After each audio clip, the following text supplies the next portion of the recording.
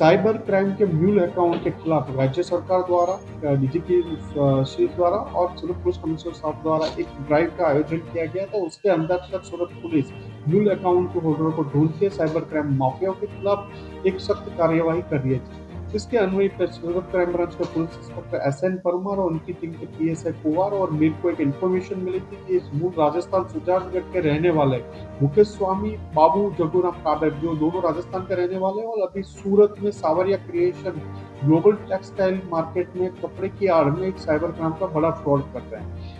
इस अंतर्गत सूरत crime branch की टीम ने इसको दोनों को ला के पूछताछ चालू की, तो इनके पास से 44 बैंक अकाउंट्स के अलग अलग इनके मोबाइल से डिटेल मिली, जिसपे प्राइमरी देखने पे 6000 से ज्यादा NCCRP पोर्टल पर कंप्लेंट रजिस्टर्ड है, जिनमें अभी तक हमने 940 से 950 जितनी फरियाद वेरीफाई की, तो उनका फिगर 750 करोड़ से ज्यादा का साइबर फ्रॉड हमें मिल चुका है।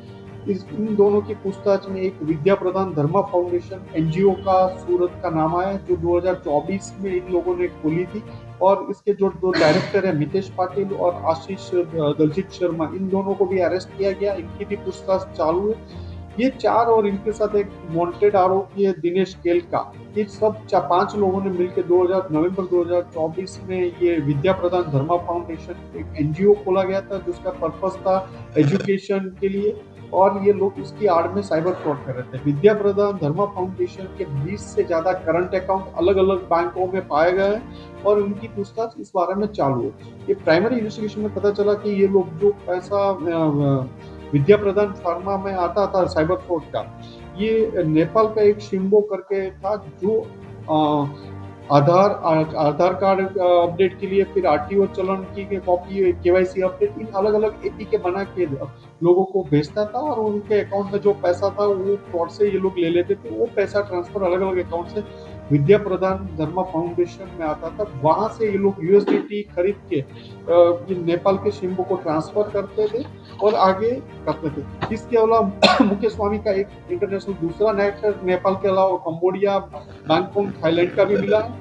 ये अलग अलग कंट्रियों में बैंकॉक, कंबोडिया, थाईलैंड और दुबई 7 बार जा चुका है। वहाँ के अलग अलग साइबर माफिया और चाइनीज माफिया के साथ संपर्क में था।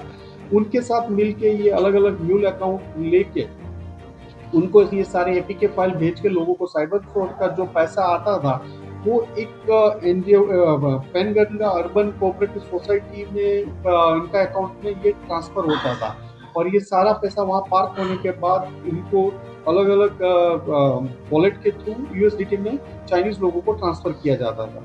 ये इन लोगों को धरपकड़ करने के बाद इनकी पूछताछ चालू है। अभी तक 44 अकाउंट्स मिले हैं, जिसमें 2000 से प्राइमरी 750 में 750 करोड़ जितना तो फ्रॉड मिल गया, और 6000 से ज्यादा कंप्लेन इन लोगों के खिलाफ है।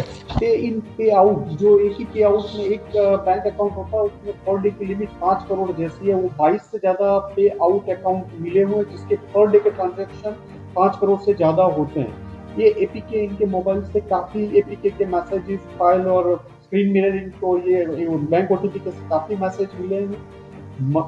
मार्च 2025 से आज तक इसके अकाउंट में जो कमीशन के 80-90 लाख रुपीस जो USDT में इसको मिले हुए, उसका भी एक वॉलेट का डेटा मिला हुआ है। इसके अलावा काफी चीजें बरामद हुई है। इन लोगों की पूछताछ चालू है। इनके पास एक खर्च के एक्सपेंस की शीट मिली, उसमें 6 महीने का एक्सपेंस, उसका 2 करोड़ से ज्यादा एक्सपेंस की एक शीट भी मिली हुई है। तो कहाँ का वो हुआ वो भी देख रहा है। और 35 राज्यों और केंद्र शासित प्रदेशों में 6000 से ज्यादा कंप्लेन इनके खिलाफ रजिस्टर है, जिसमें गुजरात की भी 480 के करीब गुजरात की कंप्लेन है, और उसमें सूरत की 55 जितनी सूरत की कंप्लेन है। इन फरियादियों को ढूंढ के पुलिस स्टेशन में इनकी कंप्लेन लेने की कार्यवाही चालू है। ग्लोबल मार्केट में जो शॉप की और रेंट पे चला रहा था ये, एक 6 महीने से ये रेंट पे सावरिया के नाम से, सावरिया क्रिएशन के नाम से ये चला रहा है, और टेक्सटाइल की कपड़े की आड़ में ये साइबर फ्रॉड कर रहा है। NGO एजुकेशन के पर्पज से बनाया गया था।